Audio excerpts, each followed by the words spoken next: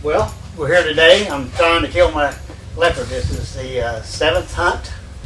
This is, I've hunted previously 64 days, and I think we've got, we're here at Latuli, That's correct. and we've got, Edwin put up 6 baits yesterday. 2 of these hit. Were hit last night, and we're trying to determine whether this is the same cat or not, and so what do you think? What we got? Well, it's interesting because we had to wait for the sun to get a bit higher before we checked the bait, and as we got there you could see there's a male leopard's tracks, and you could see that he ate almost full half an impala. Yeah, and then we looked at the camera and we only had 4 photos on it for some reason or another, not sure why. And got excited about that one, went up the road and found the other half of the impala, which is about half a mile, maybe 3/4 mile away. And now we are debating if it's actually the same cat. Because the one up the road, we've got very good photos of, and it's a beautiful. It's a shooter. Yeah, definitely. And if you look at the markings on the neck, there's too many similarities to not assume that it might be the same cat, because he came in and ate from 4 o'clock, which is interesting because we hung that bait 3.5 hours before that, in the daylight. He started eating there, and when he disappeared an hour after sunset, not to be seen there again. But the other cat obviously fed all night and left at 6:30 this morning. The other cat being probably the same cat. So now we need to think very carefully. We don't want to take the risk of taking one down and doing a drag to the other, because that might push him off. He might be trying to head somewhere. So what we're going to do is we're going to replenish both baits. You're going to put 2 cameras up at each side. We're going to put a lot of guts and everything to keep his attention. And if it is 2, we'll know soon enough. We'll know tomorrow. We are planning to sit tonight, but I think we need to be wise this day 1. And Can't wait. yeah, let's use our plans carefully and get confirmation and be sure about it. Okay. Yeah. Okay. Sounds good. I think we got a plan. We've got a plan. Okay. Good. Impala hunting time. Okay. Well, we guys killed an impala here. We're going to go ahead and refresh both of those baits. So we found us an impala. Incidentally, this is about the same time. Put those 2 baits up yesterday, so we're going to refresh them. They've both been hit last night, and we'll refresh them with this impala. So it's leopard hunting, folks. How far was the shot about? Oh, what, 150? I think so. Very good shot. Thanks. 1 shot down. First shot to this rifle, actually. Trigger pull felt good. I'm ready to kill a leopard. There we go. Well done. He made it interesting because we had 2 baits about a mile apart from each other. Was it about a mile? Mm-hmm. Yeah. And he fed a lot on the one, and we looked at the camera footage, and it was quite good footage. We saw it's a beautiful male. And the next morning, for some reason, he disappeared. And then we noticed the other camera has moved slightly, so the footage wasn't so great. But we looked at the very unique pattern on the neck, and we noticed it's the same leopard walked a mile and started feeding on the other bait. And that's how it started. That's a broadside view of him. And you can see there's a Y right there, and that Y. That's why we know it's him. No, it's the same cat, yeah. We had another bait hung about 3/4 mile from here. We're going to take it down because it wasn't hit last night. Yep, that's right. Take it down. Okay, we're going to build a blind. Good guy.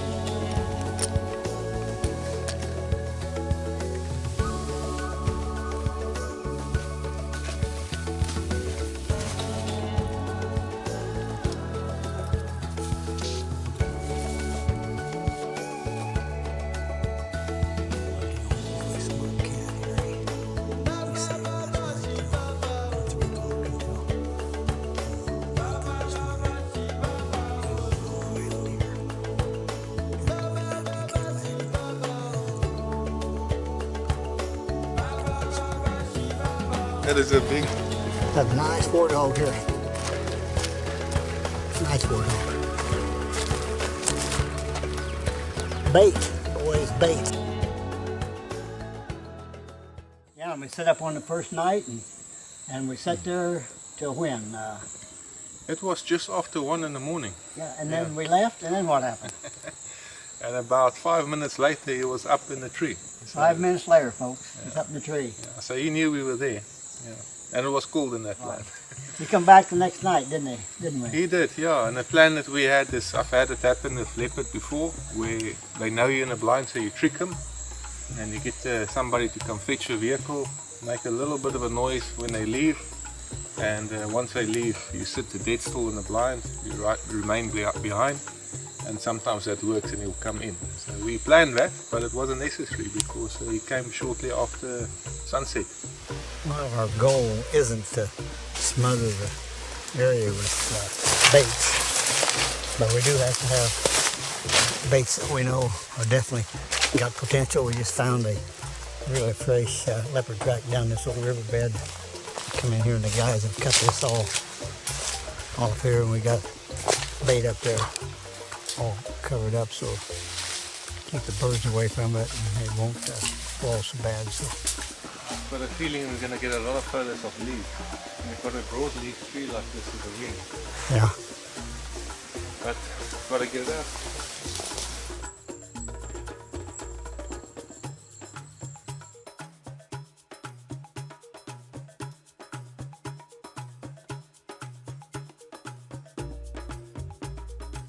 You didn't need the artificial light, you shot him at the very last light. And I didn't have my camera on night vision, and all we got is the sound of the shot.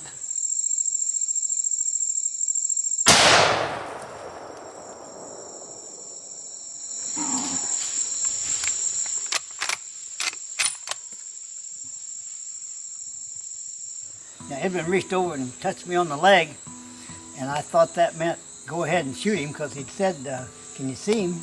real softly, and I could make him out, but I was concerned if we turned the light on, it would spook him, because he was a spooky leopard, wasn't he? He was. Very spooky leopard, and I could see him well enough to place my shot where I wanted it, and so when he touched me on the leg, telling me that he was going to turn the light on, I let him have it, because I mean, guys, I've hunted 64 days before I met this guy with some really good hunters, and 2 failed dog hunts and some incredible issues that's occurred, including one with a spitting Mozambique viper that either bit my leopard or sprayed him in the eyes.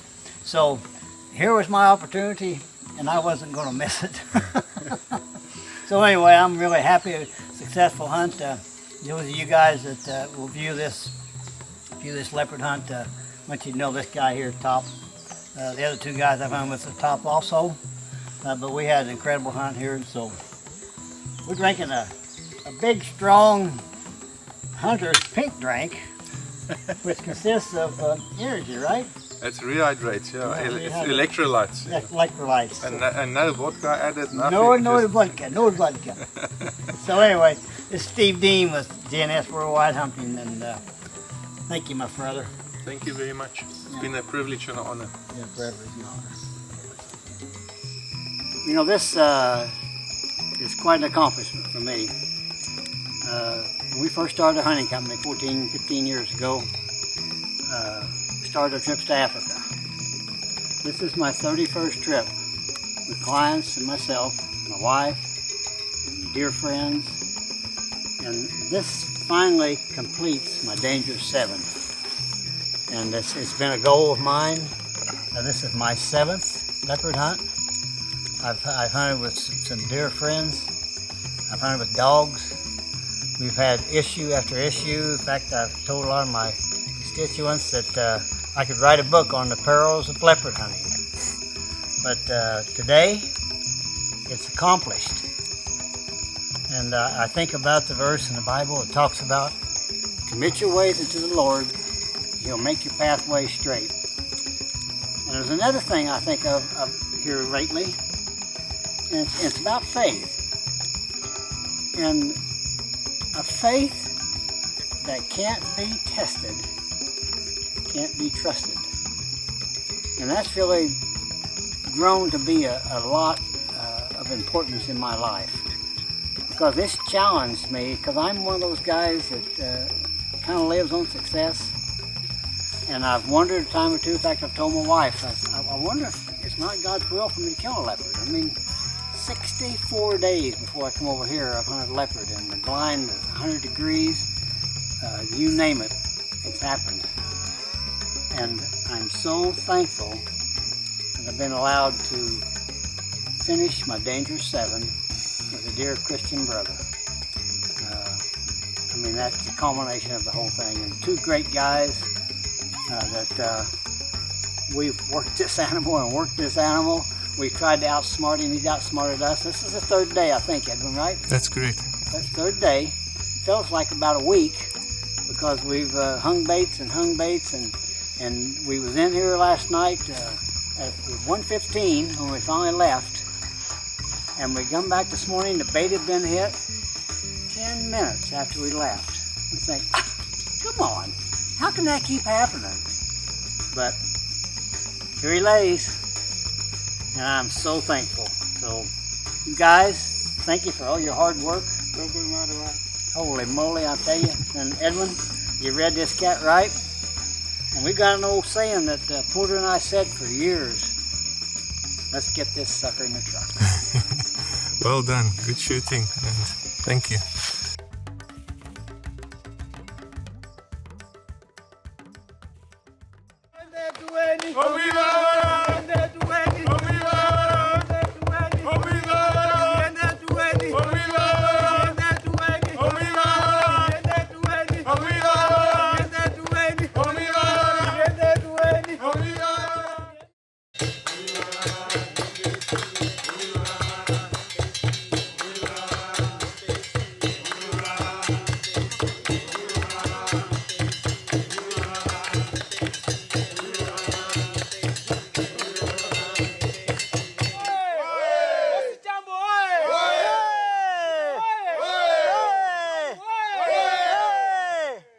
Okay, what we're going to do, we're just going to measure the leopard quickly. It's part of reserve requirements. That helps with the aging, and that helps with making sure that the population stays healthy, that we hunt the right age. Okay, this one here, I'm going to quickly just mark it down. The neck, 21.5 inches, so that's 55. We're going to do the shoulder height, which starts here at the is measured from the top of the fetlock here upwards. Usually they are on a mature male about 60 centimeters. Look at these ticks. We've got to watch ourselves for ticks. Okay. It's very difficult with the leg stiff. 58, but when you stretch it out, because you're supposed to actually have it level. Yeah. But it will be the same, it will be 60. Okay.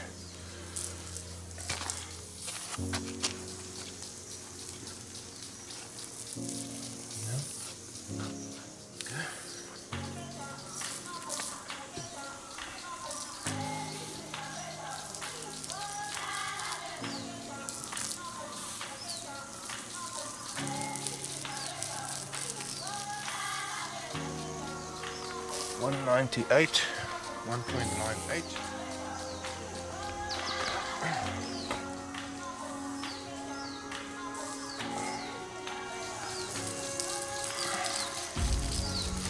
Alright, there we go. That's it.